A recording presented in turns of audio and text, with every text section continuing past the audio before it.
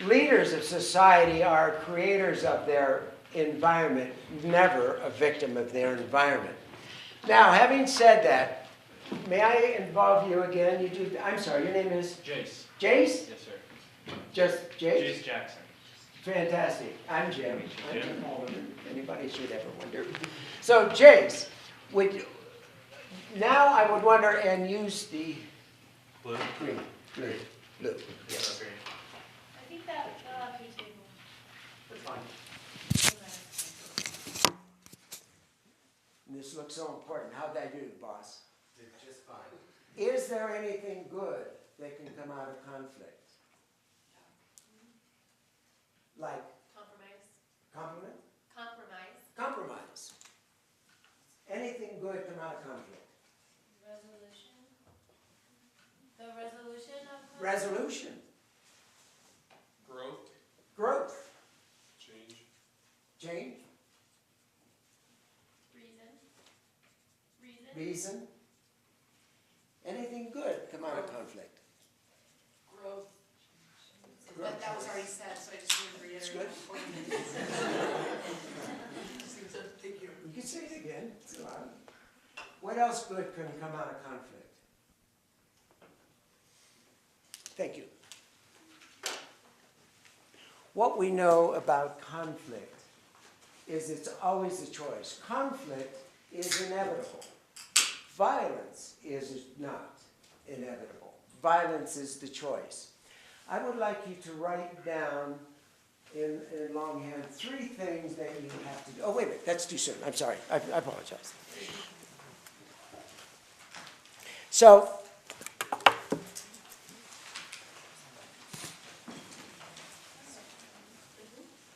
in conflict, there are many options, and we have choices up to a certain point, which we're about to talk about. In conflict, another thing that we didn't get to is inventions. There's a gentleman by the name of Charles Land who had an optics manufacturing company in the 30s. He was walking along the shore with his daughter, and he had an old camera and taking pictures. And the daughter, the little 8-year-old girl, wanted to see the pictures and was adamant that she wanted to see the pictures. And he said, no, they're inside the camera and I can't get them out. He said, take them out, take them out. I want to see them. The next day, he went into his company and told his engineers that within inside of you are the answers for the Polaroid camera. Out of his frustration of the daughter came the invention of the Polaroid camera.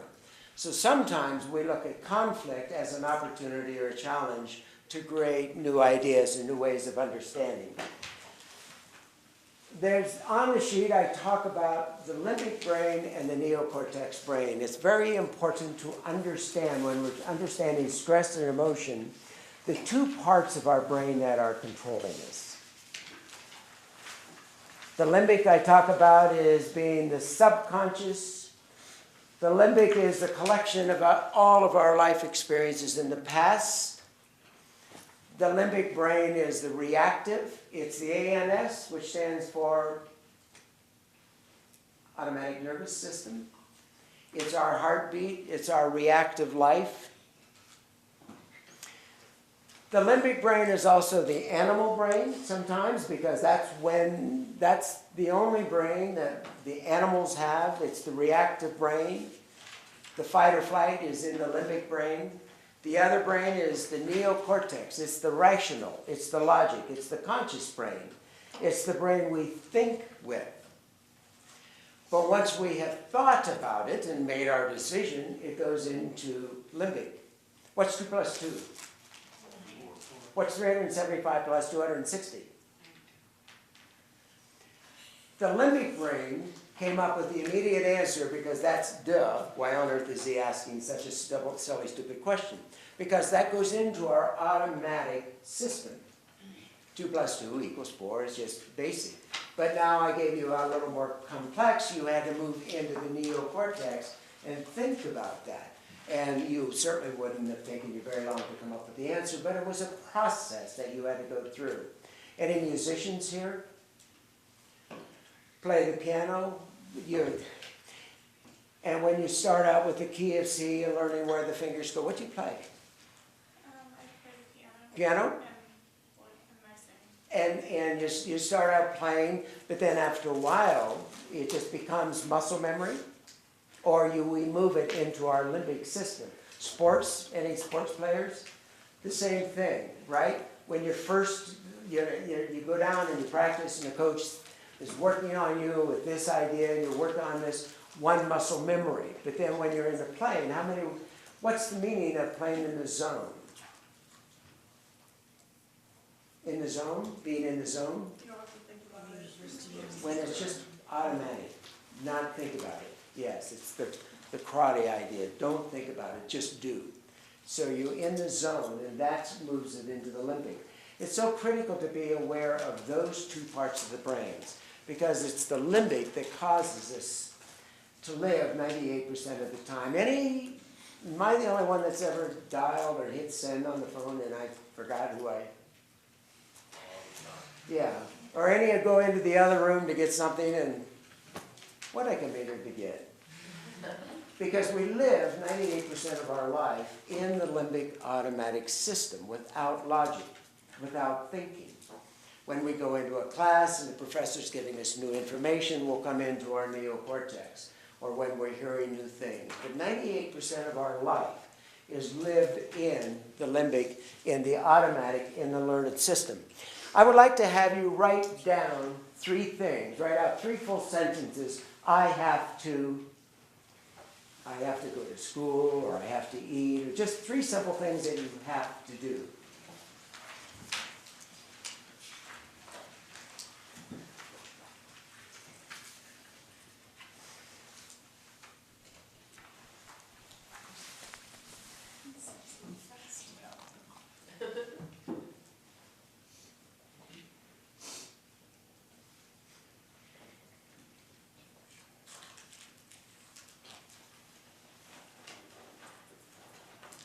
Now write down those exact same things and change the word have to choose to. I choose to do those exact same 3 things.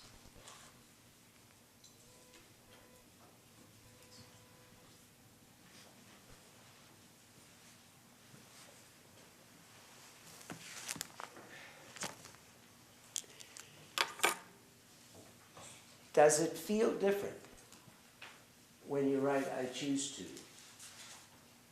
And again, the difference also is in the part of the brain that we're using. I have to is in our automatic nervous system, so it's in our limbic system. But by choosing to, you move it into the cortex. It becomes a cognitive process. Do I want to do this? What's the benefit of doing this? Yes, I want to go to school. I want to get smarter. I want to get good grades. I want to get a job. It's the logical thing to do. But it is a choice. Eating, there's a lot of people that choose not to eat out of protestation or something. It's always a choice. Everything that we do is a choice, choosing to. Even dying, we can choose when and how long we want to. So life becomes a choice, and recognizing that. Now then, Jace, may I have my master artist up here? And I want to draw a thermometer. And it's just, yeah, start that over here. And at the very top, that word is anger kills.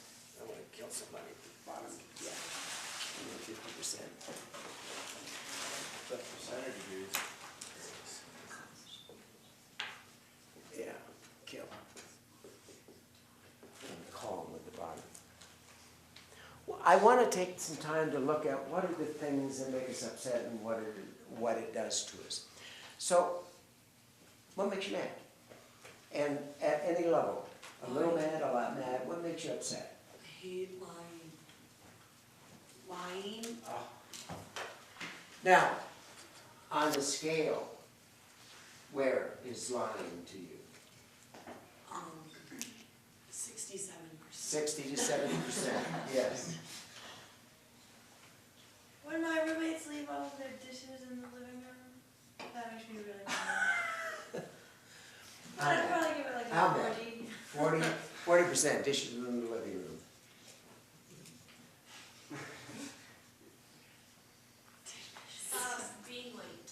Being late, Yeah. yeah. Being late. How mad does that make you? 55. 65. 55 or 60? Broken, 55. broken promises. Broken promises. Let's go 60. 60. 60. When people feel entitled, like when my brother feels entitled to have a toothpick, Wow. And I'd say, depending on what he does, probably 60 to 60, 70. 70. That's a good one. When people can't make decisions for themselves. Ah. When people can't. When people can't make decisions. Easy. Nah, that doesn't make you very mad, though, does it? I mean, I make decisions really well, so if So how someone mad can't does make a that make you? decision, You have to stand there and wait for them to make a decision. 45%, 45? 45. 45. 45. So it's under, okay. One more. Well, like, if I do badly on a school project, it's more of a self-directed Mhm. anger. So, Um, so bad on a project about 60, 70 when I do bad on a project. well, okay, that'd be like 100. If I were that mad, I would need serious help if I were that mad. So it varies, it varies. One more. Personal failure, and I mean, I put that up towards the top, probably 80 or 90 when 80 I or feel 90 like personal failure. I Yeah. failed myself. Aye. basically. So, off to the right, Jace, then if you would list, what are some of the things that are going on physiologically that we notice in our body? Are we noticing any stress, sweaty palms, tension, heart? Right now. Is that a yes or I? Oh, yeah. That was, a lot of those things I agree with. Just like stress, definitely. What do you feel? Um, What goes on? overwhelmingness. I don't know what the word would be. Just overwhelmed. Yeah. Overwhelmed. Can you describe where you feel that? Where are you feeling it Where? in your body? Definitely just like in my brain. In your brain? Anxiety, Ang- shaking hands and racing heart. Oh, so shaking hands, yes. Shallow breath. Out of breath. Yeah, and I just get that feeling in the pit of my stomach where it just. Pit of the stomach. Oh. Tense shoulders, I I feel like guess. someone's sitting on my chest. A headache in the temples. A headache in the Headache? temples. Oh, headache. At about what point of anger is the headache?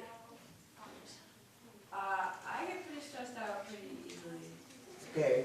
Okay, so the headaches come on fairly quickly. And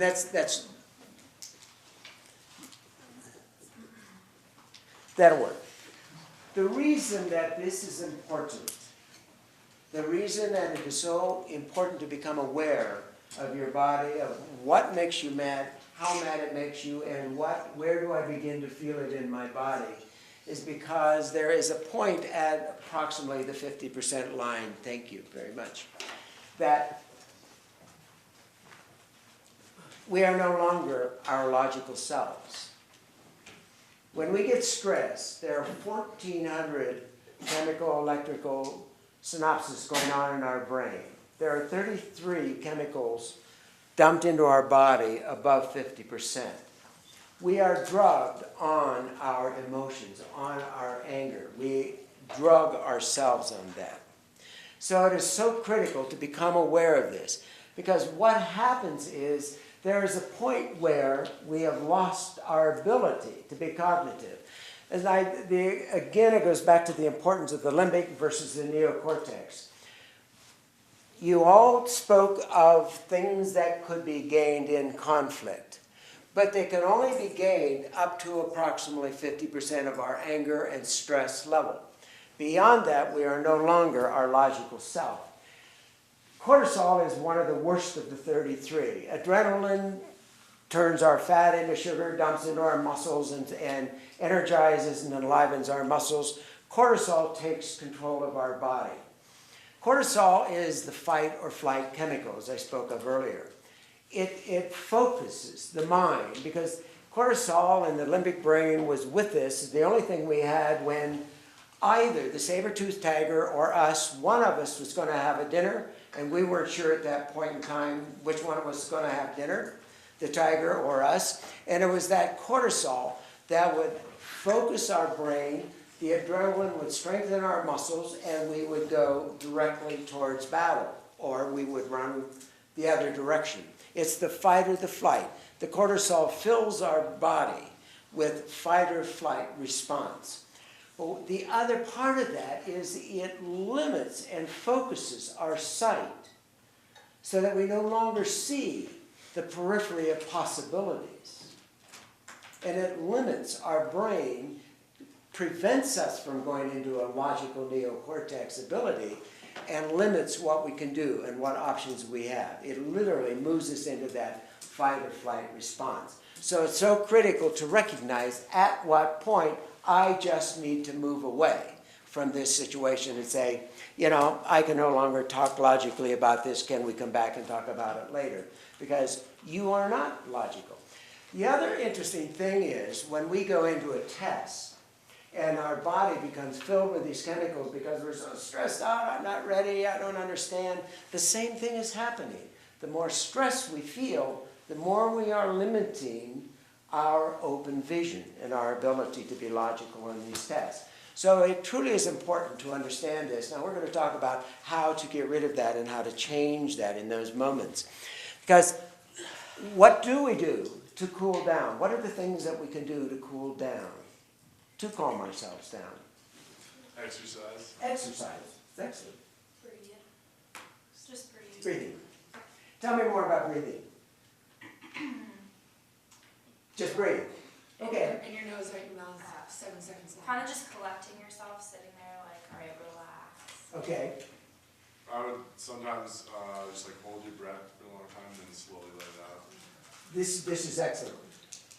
If you can, remove yourself from the situation. And remove yourself from the situation. Yes. Listening to music. Hmm? Listening to music. Listening to music. Yes. Are you like peppermint Particularly oil? that. Sorry. Like mine really tense, like just the pure peppermint oil, like it's like icy hot. You just get the pure stuff and like it makes your headache go away super fast because it just gets all the muscles to calm down. And so I always use that when I get stressed because just kind of then I can breathe and just. It's all excellent. Make sure we have some. Now, going back to the breathing, because you're so right, and I didn't know where you were, and I didn't want to be redundant. 478 is the number. When you say breathing, put down 478. Very valuable, very critical. This one little piece of information I'm about to give you will raise each of your grades one level. If you master the 478 and do it, because what it is exactly as you said, breathe in for the count of 4. Hold it for the count of 7, release it for the count of 8. 80% of our excrement comes out through our breath. Our oxygen in our breathing is a critical part to our physiology on a regular basis. It's just not a matter of oxygen, it's a matter of completely changing our chemistry. So, and when we get tense, we breathe up here, we breathe very shallowly, and we do not give our body this opportunity to flush itself of all of the chemicals that we talk about.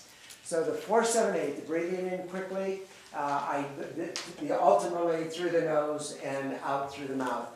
Breathe out twice as long as you breathe in, but hold it for the count of 7 so your lungs have a chance to disperse itself of all the chemicals. And when you do this about 3 to 4 times, no more than that, you will feel your body relax. And you're also going to move yourself into that neocortex position. So it's a great opportunity. And that guaranteed to give you a great higher level.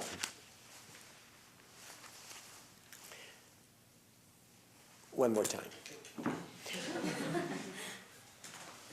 What I want is a great big pyramid with a line at the top. It's the iceberg. Okay. Let's talk about the iceberg, because what we're going to talk about is anger is the secondary emotion. When we talk about anger, there are many of those that are even discussed about, is there really such a word, is it the correct word? Because it's never the true emotion. And it's important to understand and take a look at when we get upset, when we get angry, when we get frustrated. What is the truth going on? So we call anger the tip of the iceberg, and the hidden truth is underneath the bottom. What are some of the emotions that would cause us to be angry? I would say, pain or Being anxiety. ignored? Just anxiety, but not like physical pain, but like more of a distress, like. Pain of hurt. stress, pain of loss, pain of hurt. What are the things that would hurt you? If like someone blatantly disrespected. Totally disrespect or putting you down or something. Yes. What are some of the other things that? Insecurity. Hmm? Insecurity. Oh, terrible. Yes. Insecurity. And it shows up as anger. This is 75% of the clients I work with that are court ordered are exactly that. That's huge. Annoyed, Annoyed about whatever. Anyone specific thing come to mind? Well, I know, like, I have a lot of things that just annoy me and will make me mad, just in general, like, when people, for instance, they write me a note but don't tell me, like, they don't put their name on the bottom of the Exactly. note, it bothers So it's me. annoying. Yes. Do that often. Well, I have a note on my door right now and there's no name. And I'm Nothing like, specific. what do I do? Sorry. This is good. What else? What else? Frustration. Frustration. Am I supposed to be writing this? Oh yes. On the inside of Yes. the iceberg? Yes. Okay. Yeah. Sorry. I'm sorry. Jason, you do a great job, by the way. Thank you. Let's give it. I appreciate it. What are some of the other things that emotions that are cause us to show up in anger? Irritability. Fear, No, irritability. inability, Irritability. Like you're irritable about everything. irritability. I have an ear. But like, I would say that, like, frustration and those things, they are a secondary emotion, because something else has to cause you to react in that way. So I would say that, like, in order to be annoyed, like, something has to trigger you to feel upset with someone. Yeah. Do any of you ever get angry when somebody asks you a silly question or why don't I answer? Yes, right? Right. Or maybe you ask a question and the other person thought, what a silly question, when in fact we don't know the answer, they don't know the answer. Does that not show up as anger many times? Why would you ask such a silly question as that, right? And it shows up as anger. So again, when we talk about anger, when we talk about stress, and when we talk about frustration, it is so critical to look at what the real issue is. What's the truth going on? And how can we deal with the real issue? Anger is too broad to deal with, but when we figure out whether we're irritated or disrespected or annoyed at some nuisance. My teenage daughter came home very late one night, way after our agreed upon time, and of course I was angry and there was consequences on the child's part and going to your room, etc., etc. But what was my I showed anger to my child in that particular moment. What was the real truth about that moment? You were worried. I was worried to death. It was my daughter. I was worried. But we also had a disagreement. I mean, we also had a loss of trust. So it's a loss of trust. So all of these other things. So when we talk about anger, it's also necessary to look at what the real issue is. You do such a great job. Thank you. Thank you. Thank you.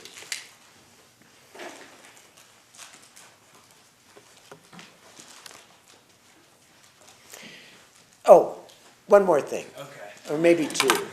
You do such a great job. And over here, write the word car. Do you want me to erase this? Yes, Write erase the word that. car? Yeah, when I say the word car, write down the first three things that come to mind. Car? Like Car. Like an C-A-R. And we'll make a list. Thank you. You do good work. Thank you. So what are your 3 words? Wheel. Wheel? Accident. 1. Freedom. What are your 3 words? I said wheel, accident, and street. Wheel, accident, and street. I had fast and freedom as 2 of them. Fast, freedom, Driving, street, and crash. crash. Yeah. Driving, street, and crash. What are 3 words?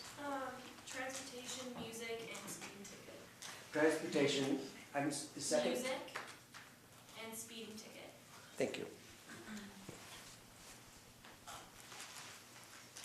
3 more. I would say being late, because if you're driving somewhere, you probably have to be there at a certain time. Being late, Traffic traffic, and, irritating drivers. irritating drivers. That'll be good.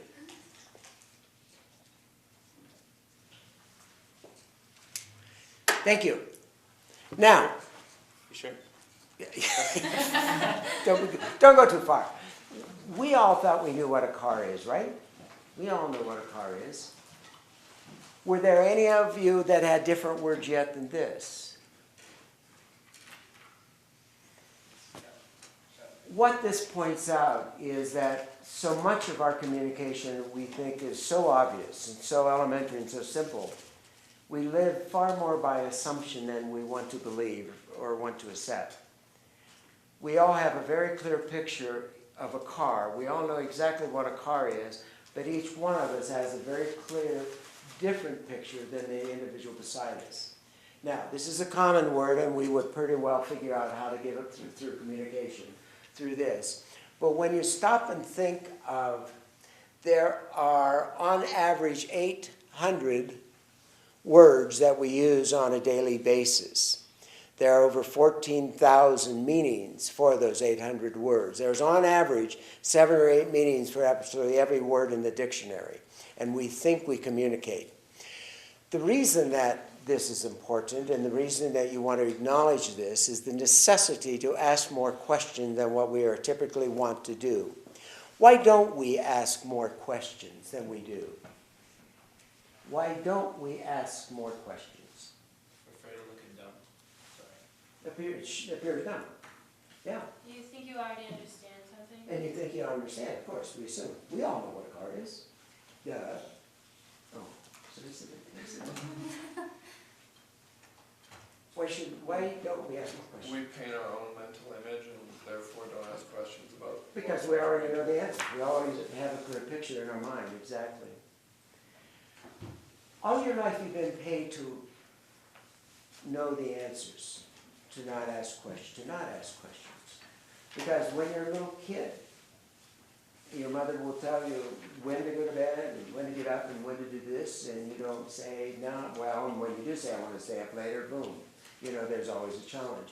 When you go to school, if you answer the right questions, you get good grades.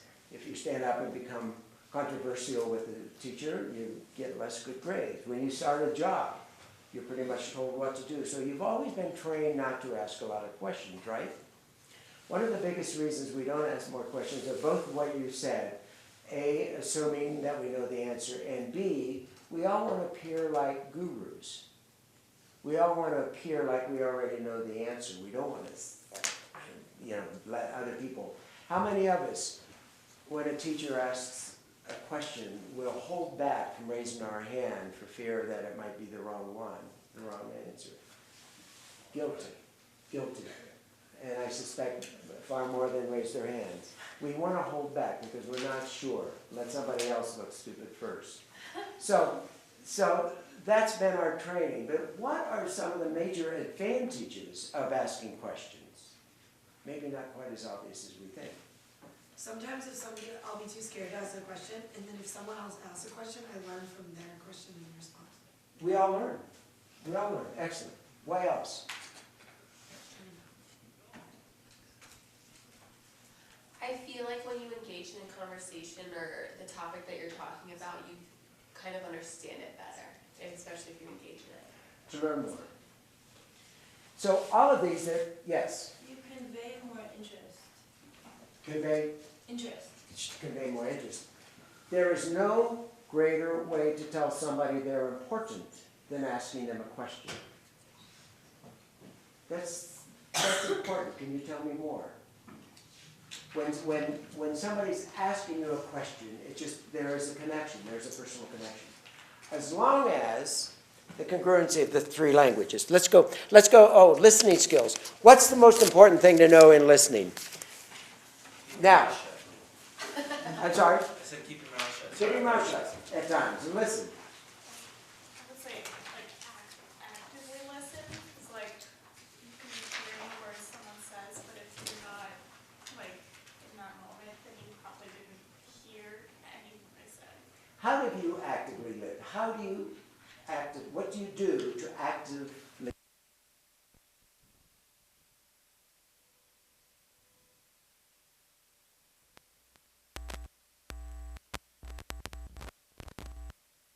Answers deep, because, like, if I'm at Starbucks and the barista goes, how's your day going? It's not like I'm gonna be like, my life sucks. Because they, well, yeah, some people do, but I feel like, I wrote an article not long ago in which I was talking about, I truly do have a shelf of books on how to listen, and it's so comical.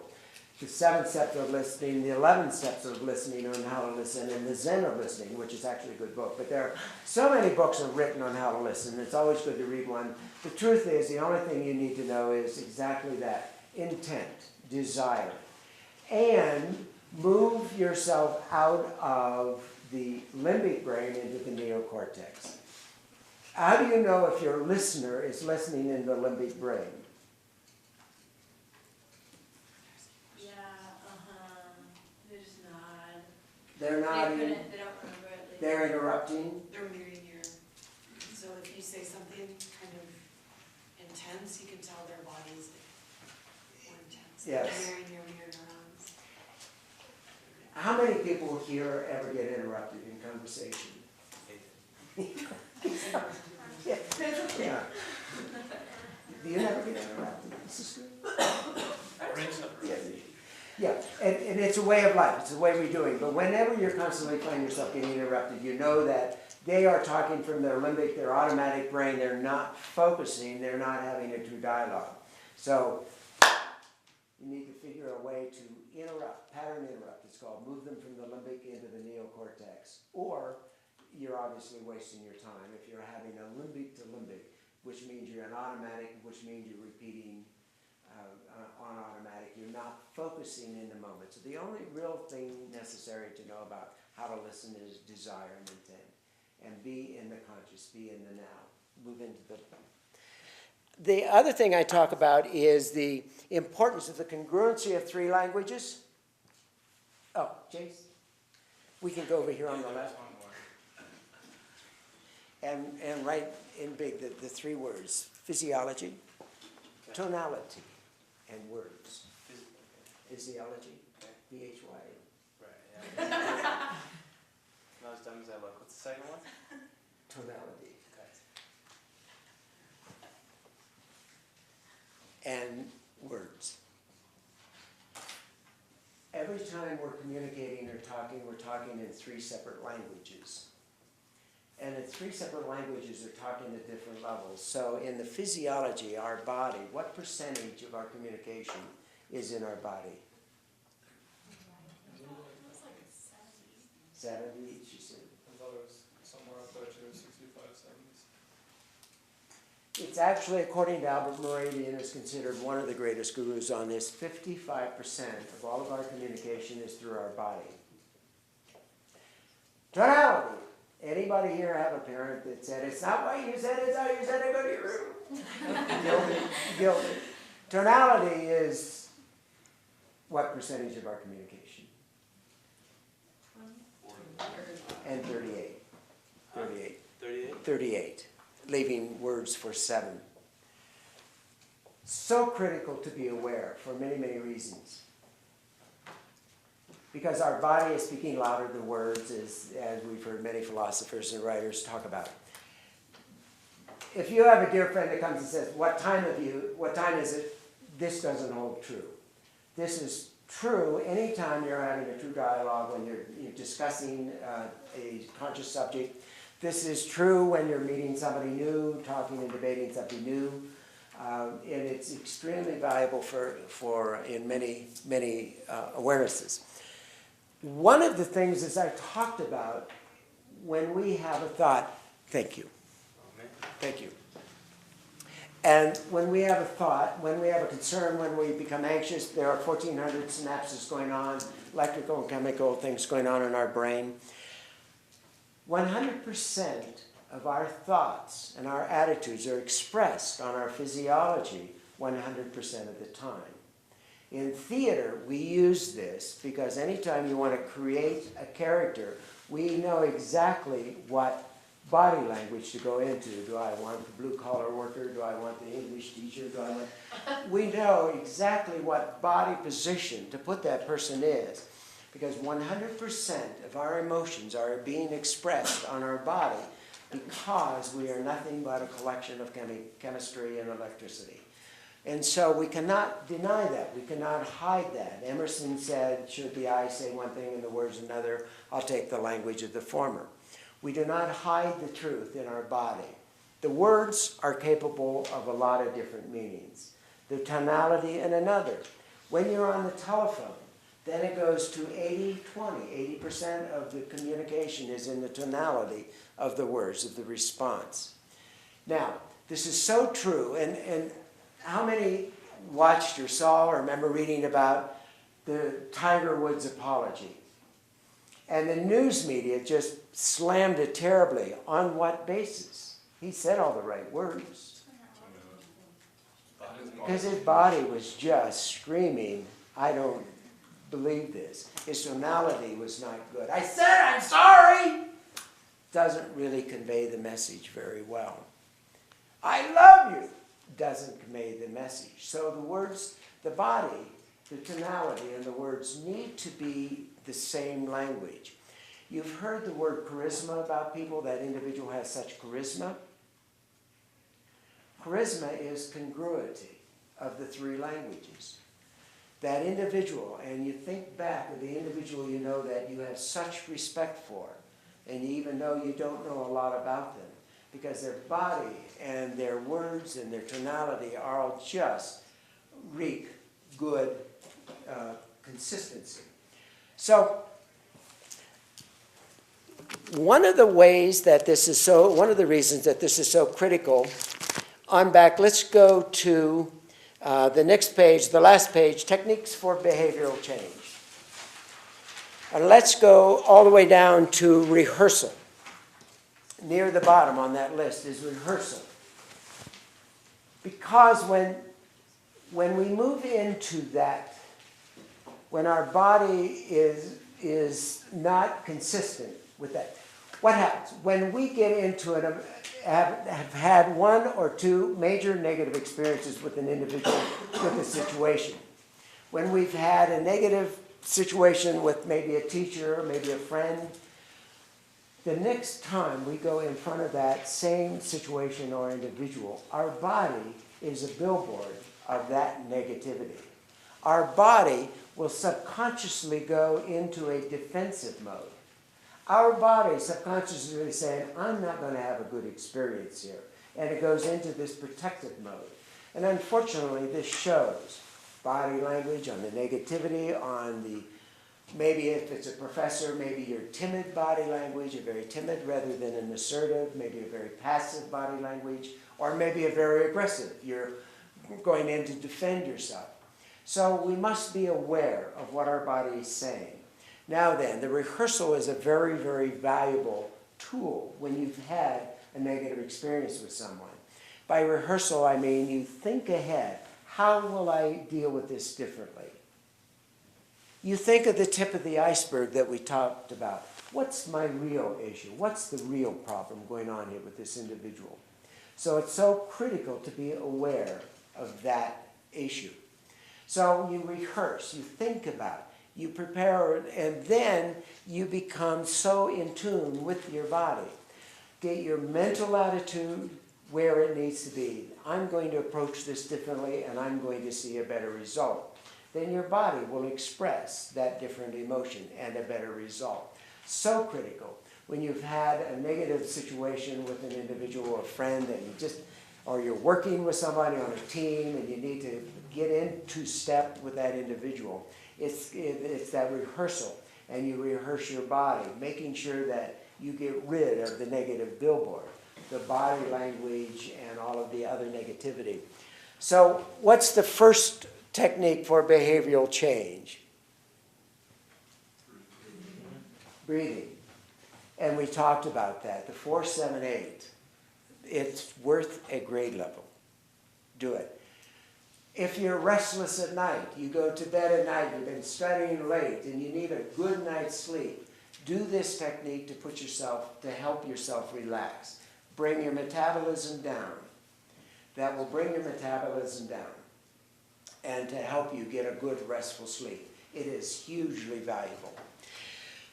The second one. What's the second? Relaxation. I'm sorry. Relaxation. Relaxation. How do we relax? What are the best ways to relax? Stretch. Stretch. Just stretching. Right? Yeah, like touching your toes. What else? Listen to good music, somebody said earlier. Doing something you enjoy, going outside. Whatever it is you enjoy. Another thing, are you familiar with the word reframing? And put yourself into a different mental place. Where's the most favorite place you've ever been, or the most favorite situation you've ever been in? Take your mind there, focus on that. What's the third one is, questionably. We all come from a specific background and environment. So our belief systems have come from our parents, our close friends, our people that we put up as our models, our role models. So we develop our personality from our environment. So we all have a very clear picture of what a car is. We all have a very clear picture of who we are and what we stand for and what our values are. And it's all buried in our limbic very solidly because we want to know that we have strong character. Sometimes it behooves us to question some of those sources and values. It's okay at times to question some of our belief system. Do these facts that we've held so true for so long, are they really true today? So questioning our own belief system can be very valuable. Questioning the real effect. What's really important? How really does this affect me? What really is valuable to me? The other one is, what is the real emotion? And that's what we were talking about, the tip of the iceberg. What's really going on? Am I just being hurt? Is my person being challenged? Am I fear of losing something valuable to me? Am I fearful of, do I have fear of something? Do I fear a loss of integrity? Do I fear a loss of something? So what's the real emotion? One of the most fun ones is stop negative thoughts. When we hear ourselves, our mind is just rattling off on a series of negative thoughts. I can't do this. I'm not going to do this. I'm not prepared for the test. I have a problem with this teacher.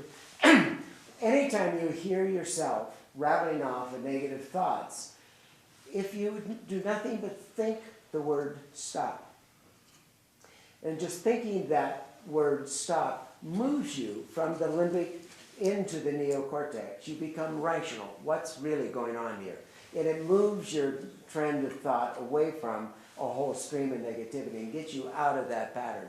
It's called the pattern interrupt, which will move you out of your limbic and the subconscious into the conscious, and you begin to become more rational, now wait a minute, it isn't going to be that bad and I can do this to protect myself.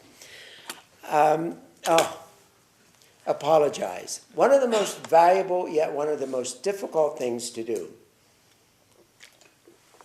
particularly when you really believe that it's not your fault. To apologize when it's not your fault feels like you're becoming subservient, it feels like you're losing power, it feels like you're in a lesser position. What's really going on in an apology? When you look at the psychology of an apology, and when I say an apology, I'm talking about, again, congruency of 3 languages, so that it looks like a sincere apology. Keeping in mind, what is my goal in this interaction with this individual?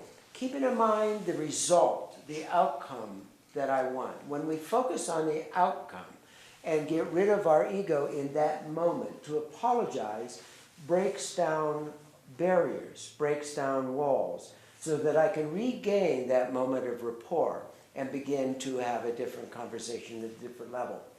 The other reason a simple apology works so well is because deep down in every one of our DNA, we have an enabler gene.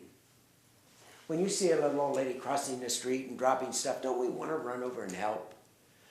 Don't we tend to want to root for the underdog if we don't have any other connection? Deep down, we want to rescue. So what happens if somebody sees a sincere apology to them, they want to rescue you? Well, maybe it wasn't all your fault. Maybe I had. So people will come in and rescue you in that apology. Try it. It can be hugely valuable when A, it's sincere, and B, you keep your mind on your ultimate outcome and move your ego away and focus on the outcome. And the purpose of the apology is to tear down the barriers and the walls and rebuild the rapport and communications. So what do we have for next one? Rehearsal. We talked about rehearsal. One bad experience where we had an emotional negative connection, the next time we come in front of that, the body has the billboard, so get rid of that. Count to 1. You've heard count to 10 all your life. In 1 second, leaders are made. In 1 second, leaders will make the choice to react as they always have, or they will respond in a logical, beneficial way. So it's that 1 second. As I say sometimes, experience the situation. Don't react to the situation. What's the truth? Look down your list. Have 3 or 4 of these tools on that page at your fingertips to decide what's the best choice, what's the most logical choice. And in 1 second, leaders are made, and in that moment of stress. So, a valuable moment. But again, don't count to 10, just count to 1. Your life will be changed. We have 2 minutes left. What? We have 2 minutes. And we have to go to our next how perfect could it be? I apologize, Dan. String, wear something in your pocket. If there's a behavior you want to change, thank you so much. If there's a behavior you want to change, we used to talk about string around the pocket. I keep something in my pocket because in the morning I was going to say, today I'm going to get better than this. I'm going to say thank you more. I'm going to be different about something that I prefer to change about myself. I'll write it on a little sticky note, carry in my pocket, and I'll reach in and touch that. And it's that mental, within a couple of days, I can change any habit just by that simple way. Did anybody learn anything here in this? What? Did anybody learn anything in this? What did you learn? The breathing. Hmm? The breathing technique. Valuable. 1 grade level. If you just think about it, if you just take a minute to think about what's going on. Don't take a minute, take 1 second. Focus A on moment. excellent. Excellent, thank you, perfect. The difference between the conscious and subconscious mind. Huge. When you recognize that 98% of your life is in the subconscious reacting, and moving ourselves into the logical can be very valuable. The physiological aspect of what a coping mechanism is. Huge, thank you. The true importance behind body language. 58%, 55% of our communication is through our body. Let's hear it for Jace. Thank you. Yeah.